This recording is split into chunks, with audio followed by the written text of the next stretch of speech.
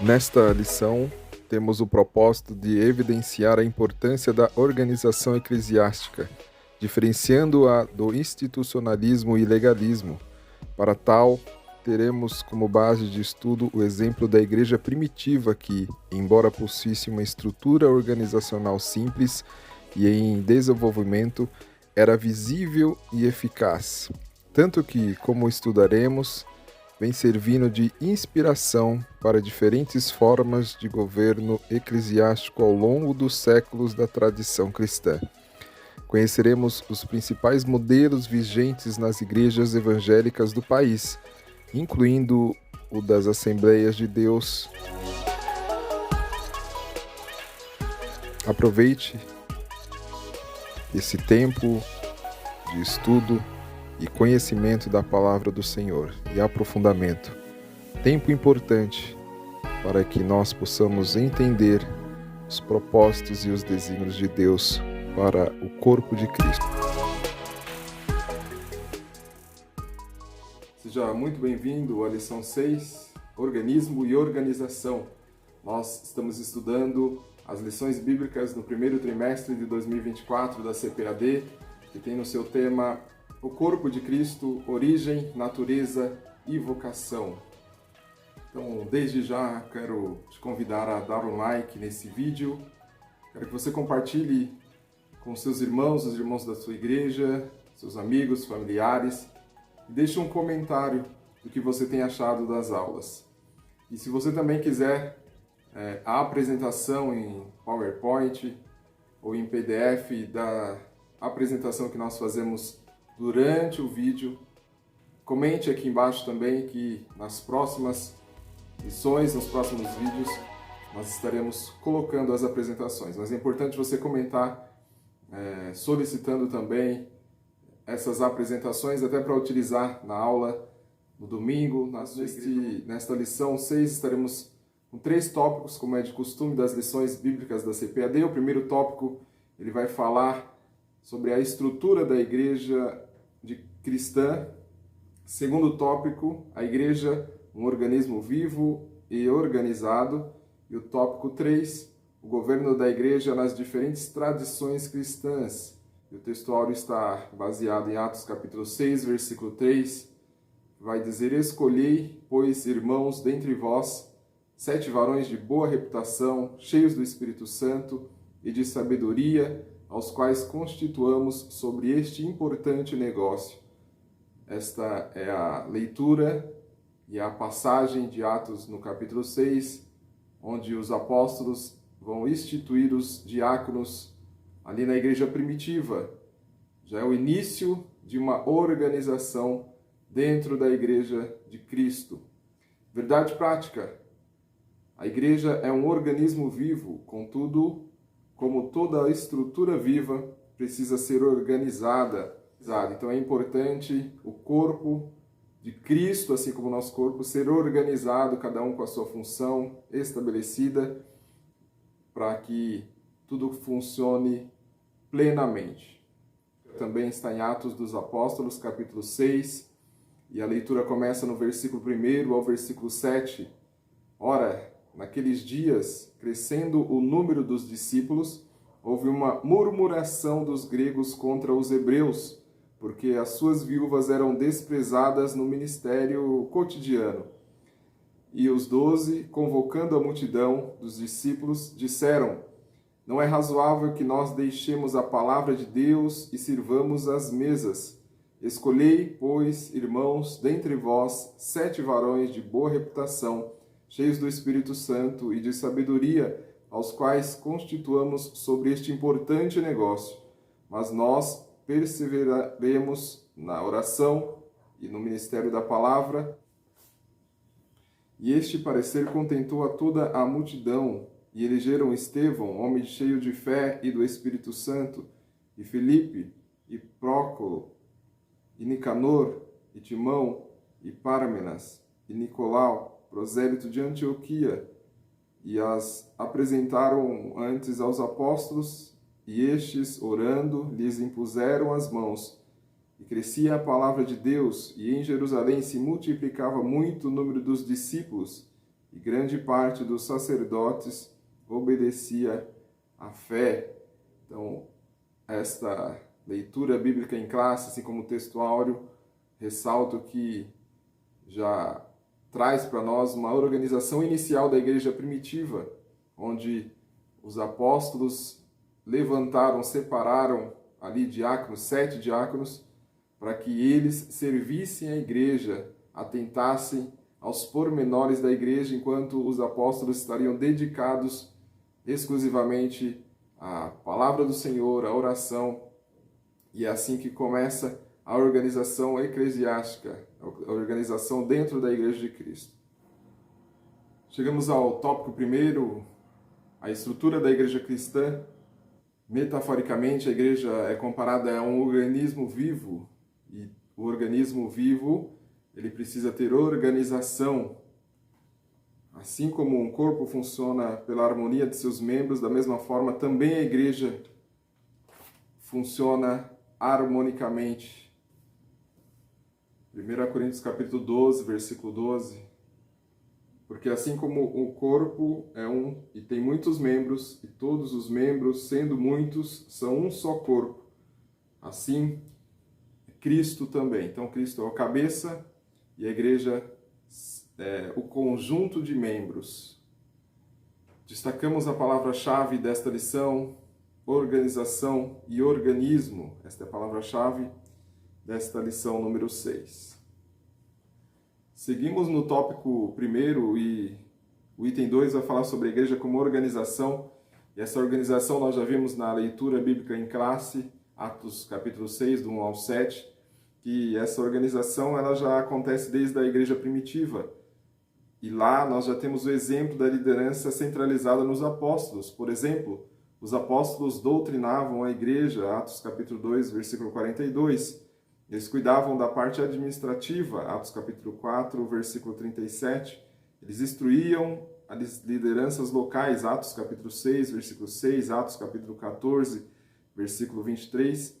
Reuniam-se em concílio, Atos capítulo 15, do 1 ao 6. Então é importante nós olharmos para Atos dos Apóstolos, que nós vamos ver a igreja estruturada, Atos dos Apóstolos, que costumamos dizer, os atos da igreja, os atos do início da igreja, o exemplo que serve para nós até os dias atuais, e o exemplo que nós pegamos para a aula de hoje é a organização dentro da igreja primitiva, o que já acontecia.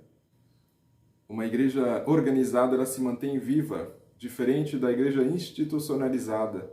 Agora, vamos entender um pouco o que é uma igreja institucionalizada?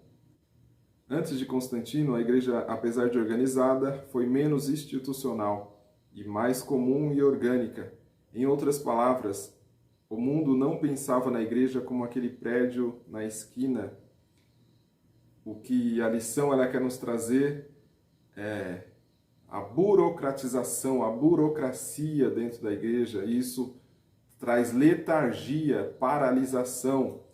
E a burocracia em órgão nenhum, em organismo nenhum, ele funciona. Então a igreja ela não pode ser burocrática, institucionalizada. Ela precisa ser organizada, assim como nós já vimos na própria lição, a igreja primitiva, mas ela não pode ser institucionalizada ou burocratizada. Entramos no tópico 2 da lição 6.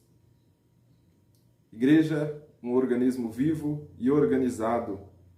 O item 1 vai falar sobre o aspecto local da igreja, e no Novo Testamento já vemos isso nas igrejas do Novo Testamento. Se olharmos para Apocalipse, João escreve às 7 igrejas da Ásia, mas nós já vemos no contexto do Novo Testamento as cartas paulinas, as igrejas de Roma, a igreja de Éfeso. E dentro desta organização a igreja se reunia, ela orava, contudo sempre enxergava as demandas sociais que precisavam ser atendidas. A igreja ela instituiu diáconos, ela elegia lideranças e a igreja enviava missionários. Esse é o aspecto da igreja organizada. Uma igreja organizada ela consegue distribuir atribuições aos seus membros, e isso vai trazer crescimento à igreja local. Falar sobre a importância da organização, e a organização ela traz uma boa liturgia. Toda igreja organizada possui a sua liturgia e rituais. A organização, portanto, é necessária para uma igreja viva. Uma igreja organizada, por exemplo, mantém a decência e ordem no culto, estabelece costumes que devem ser observados, batiza os primeiros crentes em águas, realiza a ceia do Senhor, que são itens ou tópicos que falaremos também em próximas lições, como, por exemplo, o batismo nas águas e a ceia. Está dentro da organização da igreja e da liturgia da igreja. Tópico 3, vamos falar sobre o governo da igreja nas diferentes tradições cristãs. Então é importante nós trazermos um pouco para a nossa realidade as tradições que nós temos, ou o sistema de governo que nós temos, as principais hoje em dia, e nós vamos falar um pouco de cada uma delas. A primeira é o sistema episcopal. Essa palavra do grego episcopos aparece algumas vezes no Novo Testamento. A gente tem algumas referências. A estrutura episcopal ela se caracteriza pela presença de uma hierarquia distinta, em que bispos desempenham papéis centrais na liderança e governança da igreja. É adotada apenas pelo catolicismo, onde o Papa é considerado o bispo de Roma e líder supremo da Igreja Católica. Então, no sistema episcopal, nós temos um líder central e os bispos abaixo, distribuídos dentro da igreja. Nós também temos o sistema presbiteral, que vem do ofício do presbítero, né, ou do presbitério. No sistema presbiteral, a igreja local é organizada em torno de um conselho composto por presbíteros eleitos. Estes presbíteros, também conhecidos como anciãos, desempenham papéis significativos na tomada de decisão e na liderança espiritual da comunidade. Então, no sistema presbiteral, essa liderança ela é distribuída dentro dos anciãos da igreja, que são escolhidos pela própria igreja. E, finalmente, nós temos o sistema congregacional. Nesse sistema, o pastor é eleito pela Assembleia Geral da Igreja local. Assim, as igrejas locais são autônomas em suas tomadas de decisões, não estando sujeitas a nenhuma interferência que venha de fora. É um modelo seguido pelos batistas. E nós vamos falar sobre o sistema adotado pelas Assembleias de Deus. A Assembleia de Deus, ela trabalha com o modelo híbrido, tem episcopal, tem presbiteral e congregacional. Isso vem principalmente de 1930, da Convenção Geral das Assembleias de Deus, onde é instituído uma liderança central, mas também as lideranças regionais, lideranças locais e o pastor da igreja local. Então nós chegamos ao final desta lição e, resumindo, esta lição fizemos uma análise da igreja como organismo e organização. Nós vimos, por exemplo, que a igreja se destaca como uma organização, um organismo vivo, e esse organismo vivo precisa estar organizado para que ele cresça, não seja burocratizado e a sua liturgia ela aconteça de forma clara, de forma objetiva, que a igreja consiga alcançar mais pessoas. Muito obrigado por você ter chegado até aqui. Nosso coração é de gratidão a você. Mais uma vez eu te peço, deixe o seu like, comente, compartilhe, se inscreva no canal. É importante para nós. Estarei orando pela sua vida, como é um costume, e abençoando a sua vida.